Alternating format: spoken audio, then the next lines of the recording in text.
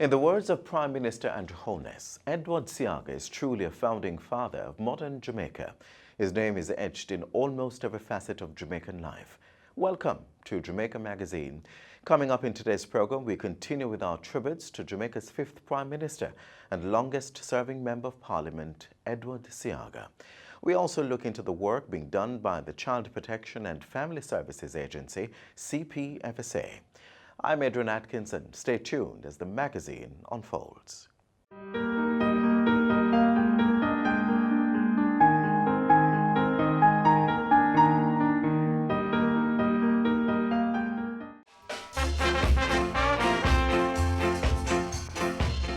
During the course of his life, Edward Seaga made a profound impact on contemporary Jamaica. This multifaceted, multi-talented pragmatist had established various institutions in the tourism, cultural, political, and financial sectors. The Urban Development Corporation, UDC, Jamaica Stock Exchange, and Jamaica Unit Trust were also established by Edward Seaga. He also saw to the creation of the Jamaica Mortgage Bank, Students' Loan Bureau, National Development Bank, Agricultural Credit Bank, Jamaica National Investment Promotion Limited, now JAMPRO, and the Exim Bank.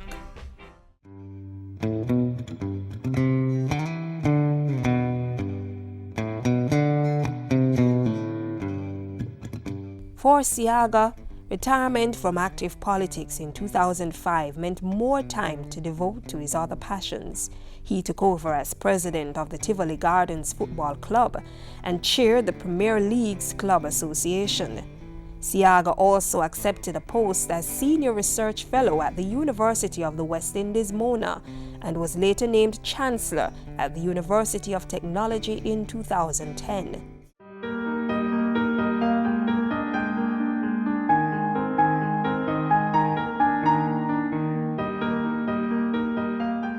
Protect Jamaica, plant your grass. Help us become more resilient to climate change impacts. Protect Jamaica, plant a tree. It improves the island's national biodiversity. Trees may be fruit, ornamental, or timber, but must be native or suitable to the area's natural landscape. Join the Jamaica Million Tree Campaign and help to plant 1 million trees by June 30, 2019. This is a call to action by the National Environment and Planning Agency. With a mission geared towards proactively and responsibly protecting and providing care beyond limits to our nation's children, the CPFSA has been doing its part to care for our little ones. Find out more next.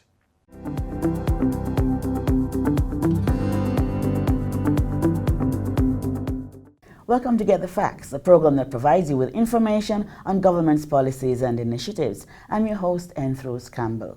The Child Protection and Family Services Agency, the CPFSA, is the country's leading child protection system.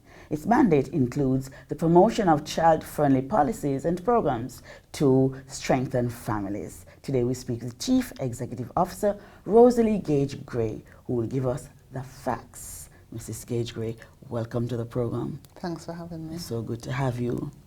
Now, the agency is a merger with the CDA, the Child Development Agency, and the Office of the Children's Registry. How has that improved efficiency in this new agency? Right, so the merger took place in November 2017, where the officers from the Office of the Children's Registry were subsumed within the operations of the Child Protection and Family Services Agency. And this merger has caused some greater levels of efficiency. We now have registration officers in all our parish offices. Which you never had before. Which we never had before. Yes. We had it in about 4, but now we have it in almost all parishes. We have investigators who now are operating out of the National Children's Registry office, so that once a report is received, and if it's an urgent report, they can action it immediately. So we are seeing an increase in the cycle time of receiving a report and intervention happening. We also have seen where we are using more electronic IT services to get the information in a timely manner. So we have a social services software, that's Sohima, where we are able to track the cases of abuse on the system in a more efficient way. And so we are able to get the information to make strategic decisions relating to our children. So we have seen where we have gotten some more efficiencies out of it. Also, in the public domain, there's less confusion as to the roles and functions of the entities. So we more now speak to receiving a report and investigating, as opposed to the CD, OCR, and that brought some confusion. So we are having the public is more clear as to our rules and responsibilities with respect to intervening into the lives of children when they have been abused. And that gets it done faster. Yes, definitely. Tell me about reports now. Who can make a report? All of Jamaicans, all adults have a responsibility to, if they see or know or suspect that something has happened to a child, to make this report. But we have what we call prescribed persons who, under the Child Care and Protection Act, has a responsibility to make a report of incidents that they might come across. So a teacher in the school, a social worker, medical professionals, because they come in contact with children. And so if in their contact with the children they become aware that something has happened or the child has reported to them, then they have a duty to report. And so it is reported through, there's prescribed forms that they would report on. The reports are made through calls to our offices, or it's through emails, through our social media. We do get those reports, and they are forwarded to the relevant officers for investigation. Tell us about the email address now and the other like numbers. So the email info@childprotection.gov.jm or info@cpfsa.gov.jm, or social media handle @cpfsa JM, and they will get to us. We're on social. We're on Twitter, Instagram, and Facebook. And they'll get to us. And there's no special format, like if you write in how to do it. Is there a special way to do it? There is a prescribed form, but once you call into the office, that's okay as well. You can walk in, you can call in. We ask that the important thing for us is for you to be able to identify the child, where the child is. So you might not know the child's name. It would be good if you know, if it's even a pet name or nickname as they call it, that is information we want. The school the child attends, if you have that. Proper description of the location, the community that the child is. If you have contact numbers, their parents' names, things like those would allow us to find the child earlier, because the important thing is to be able to identify and locate the child. So any information that can get us to the child, then that would be helpful. So do your officers react to, or do they themselves go about the communities and do checks? So we get reports mainly through the National Children's Registry, but we have persons who walk into our offices or call into our offices, and we receive those reports as well. It helps know that you have the registration officers within the parish offices. They can appreciate those reports and then forward them for investigation. And reports received by the registry is referred to investigation arm of the CPFSA. It's also referred to the Office of the Children's Advocate, and also to the police, Seaga, or other agencies that might the report might concern. Right. So as you get reports and you try to investigate, how do you ensure the security, the safety of the child as you deal with the police, the courts, and so on? So in responding to our case of abuse, a risk assessment is done to see, based on the nature of it, how safe it is to get into the community, for example. It could be that violence is in the community and you need to get the assistance of the police. There are some cases that, based on the people's level of how they feel about the police, you might not want to go in with the officers. But for the safety of our own officers, they might go, but they might come into the space, in terms of when you are doing the investigation. So we use different strategies depending on the nature of the case. And we also want to encourage the children themselves to make reports. Right. If they can. Yes. So we want to encourage our children that they too can make the report. You can talk to your guidance counselor at school, your class teacher. You can talk to your peers. You can talk to a trusted adult, somebody who you think would be able to forward the information. We also want to say to adults as well, and it's very critical, that we believe the children when they report. We have reports of children who might report a mother or somebody and they say, no, it's a lie you're telling. We have to give the children the benefit of the doubt until we can prove otherwise. And so, because it's like a double tragedy for the youth to not believe when they say they have been abused. And so we encourage them the children to self-report as well. But it's important that children know, and recognize when something is wrong. Let's take a break now, and we come back with more information on the work of the Child Protection and Family Services Agency. Stay with us.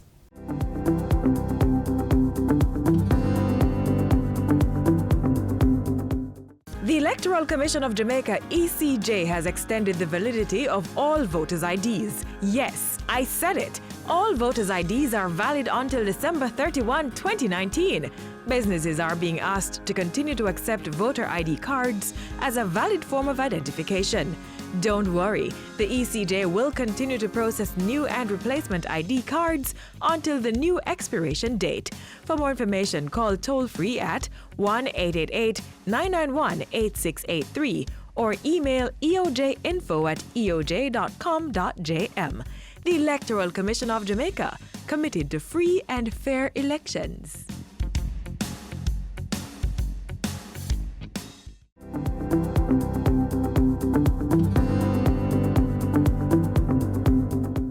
Welcome back to Get the Facts. We continue our discussion on the important role of the Child Protection and Family Services Agency in the protection of our own children. And our guest is Chief Executive Officer Rosalie Gage Gray.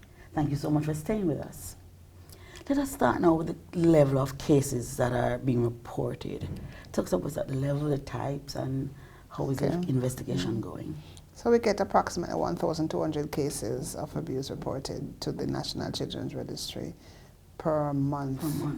Last year, 2018, we had about 15,000 cases, both coming through the National Children's Registry or coming through our parish offices. This has, there's a little increase, not a significant increase of the amount of cases that we have received.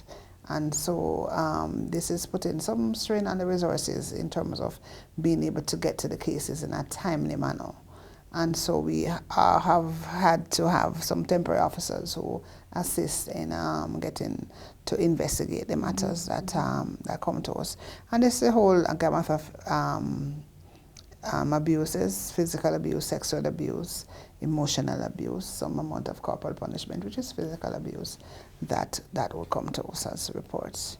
Right, most prevalent of those are the neglect. Okay, so you are getting a little bit more, not so much yet, but you still do not have enough resources, human resources. Right. So how can we, as a country, how can we help you to make your work a little bit easier? Right. First, we say report what you know. Break the silence. Don't keep information. The law says if you even suspect, you don't have to be sure, err on the side of caution. Make the report to us so that we are able to intervene as early as possible. You also manage a child abuse registry. Tell us about that. So the National Children's Registry has a register of all abuse cases that are reported. This is distinctive from the sexual offences register that is managed through the Department of Correctional Services, which is where they keep record, as directed by the courts, of persons who have been convicted of sexual abuses. We use that registry, for example, when we are recruiting staff for the facilities or for our offices. We get verification whether or not these persons would have been charged or convicted of an offense through that source. And so it has been very helpful. The public has been clamoring, though, for an open registry. Right, where it will be made public to communities that this person has been convicted of abuse and that. But we're not there yet. We hope that in the near future we can get there, so that people are aware. We continue to be very distressed and disturbed by the continuing level of violence in terms of children. In the recent times, we have been seeing where children have been going missing, and unfortunately, some have been killed. And so we want to encourage parents to be very vigilant, to provide the appropriate supervision, both at home, in the communities, and at school. If you can, any at all, accompany your children to school and back, then we do. We do understand that not all parents can take the children to school, but this is where the community can come in, to provide some assistance. So if there's somebody who is not working, you could be the one to go pick up, or you do a buddy system where I drop off in the mornings, you pick up in the evenings. We encourage that kind of thing so that children are a little safer. Yes. But as we try to help you, what are some of the signs we can look out for? Right. So importantly, we say get to know your child. Who is your child? What is his or her normal behavior pattern? So that if there's a change in the behavior, you would get an indicator that something might be wrong. So the child might become withdrawn. The child might be sad. A child who would normally laugh and have fun is just not wanting to go out to play. A child who is withdrawn, a child, probably for a younger child, starting to wet the bed again. Yes. Things like that would give an indication that something might be wrong. And we ask that you inquire into it and find out. Sometimes it's best to take them to somebody who has the professional skills who will be able to talk them through it. Right. For us at the CPFSA, we have been using a lot of play and art therapy, because it's really for the younger children, for them to express themselves freely.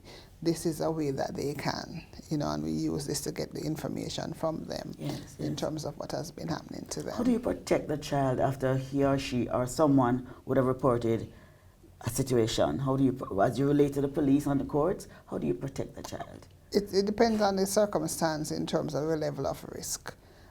We consider removing the child from a home as a last resort, but we have to check the safety of the child within this space. So, for example, if it's a sexual abuse case, the perpetrator has been locked up, in terms of our intervention with Seaga, and it's safe for the child to remain at home, we do let them remain. If it is that there are other family members that the child could stay with whilst the case is being investigated, then we do that. And if all else fails, then we remand them to a place of safety. Right. And while the court proceedings, and after the court proceedings, they would be in other programs, be it foster care or other programs that we have that they are placed in. Right. Off camera, you were telling me about a new campaign. Yes. Tell us a little more. So it's our Every Child Deserves Protection campaign. We want people to know what it means to protect your children. What is child protection? Who is a child in need of care and protection? And so that once you know that, once you see a child who is not being protected, then you will be aware. Or you can take greater steps to protect your own children. Yes, but some people don't even know what it is. What do you mean by protecting a child? Children have some rights, right to an education, right to health, right to food, clothes, and shelter as the basic needs that they have. And these should be provided. So if a child is sent to school without lunch, or if a child is made to be doing some work in the field where, that could be child labor. So all of these things add up to what we call a child not being protected. Right. And if you're not sure, the first thing to do is to call your agency. Yes, you can call us at the primary toll-free number 888-PROTECT that you can call us at, or any of our 14 parish offices right across the country. We are here and ready to receive the reports and to act on them. Yes. Mm-hmm. So as we wrap, just some tips for parents or the children themselves. We have to get our children to be more conscious about their own safety. Right. How do we help them to be safe? And what do we say to the parents, guardians, relatives? Well, we say to the children, be very alert. We have been saying a lot of children using social media. Don't go out to meet somebody you have met on social media. Don't give out personal information on social media. Don't give information about where you live, the color of your house, all of those things we ask them not to do. We also ask for those who don't take private transportation to and from school, or from church, or as they go about in the community, try not to go alone. Try to let your parents know where you are, you know. Call in to say, I'm leaving such and such a place, I'll be home by X time. And also we need to put them on a schedule. So we know school is from X time to, you know, what time should they get home reasonable. And if they are not home at that time, can we ask some questions, make some calls, you know. Yes. I remember in the country, people used to go meet them halfway, you know. If you see they don't come by a certain time, go look for them. Yes. Don't take it for granted because, you know, based on what has been happening. Yes. But all we want to say, break the silence. If you see something, say something and make the reports. And we should also remember that we don't have to wait for 24 hours. No, immediately. You go to the police or you can go to a CPFSA office. You know, but the police is, because police stations are all over, so it's easier to get to them, especially after certain hours. Mrs. Gage-Gray, thank you so very much for sharing with us today on Get the Facts. Thanks. A very important subject matter. This has been Get the Facts. Our guest was Chief Executive Officer at the Child Protection and Family Services Agency, Rosalie Gage-Gray. Thank you for watching, and join us again next time for Get the Facts. In the meantime, remember, every child needs protection. Do your job. Until next time, I'm Rose Campbell. Take good care.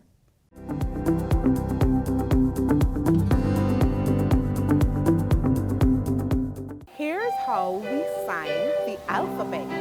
A, B, C, D, E, F, G, H, I, J, K, L, M, N, O, P, Q, R, S, T, U, V, W, X, Y, and Z. Now I know my ABCs. Next time, won't you sign with me? Empowering youth was one of the priorities of our former Prime Minister Edward Seaga, and it so happens to be the same for our current Prime Minister Andrew Holness. Take a look.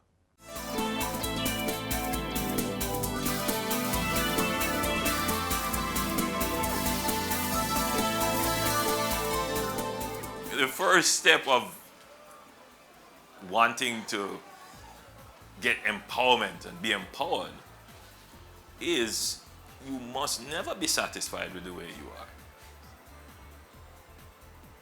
You must always be seeking to improve. So you must always be seeking more, seeking better, because you can always do better. You can always improve. And I believe that sometimes in our society, we don't always encourage people to improve.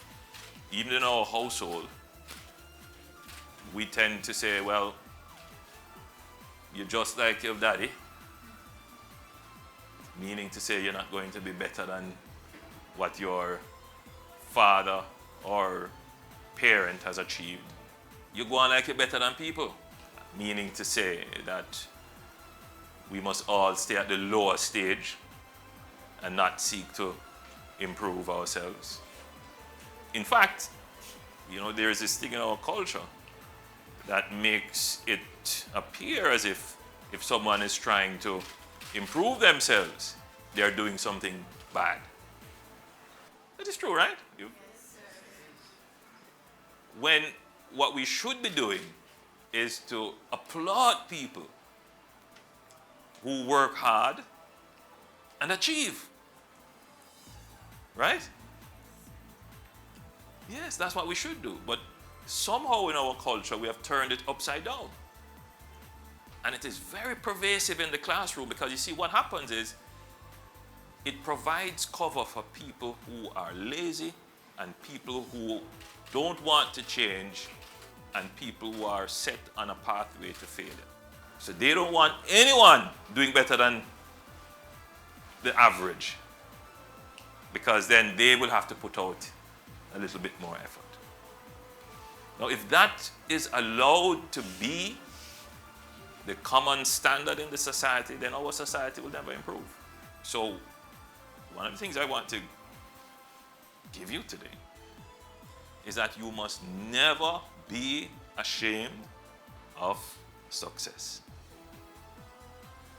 And you must always seek to be the best at what you do, to be excellent.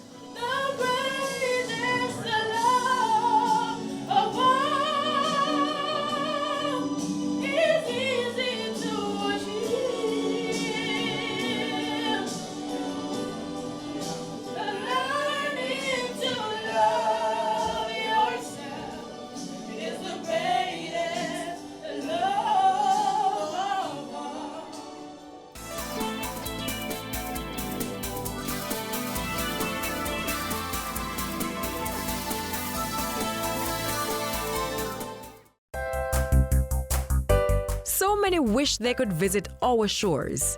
We live where they vacation. Brand Jamaica beckons all from the four corners of the earth. Well, as a Jamaican, I have great pride in selling it.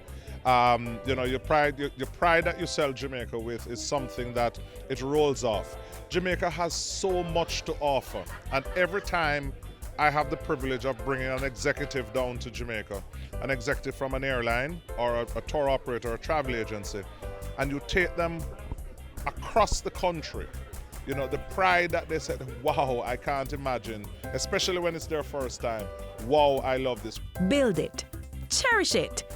Our wealth is Brand Jamaica.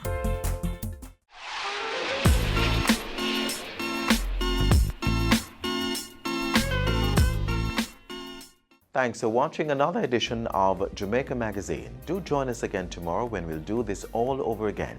Send your feedback on today's show to jamaicamagazine@gis.gov.jm.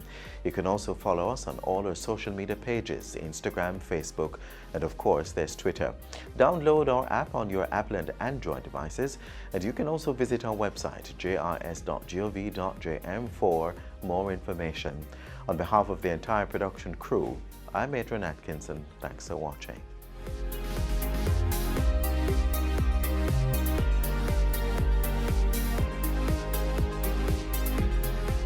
This has been a production of the Jamaica Information Service, the voice of Jamaica.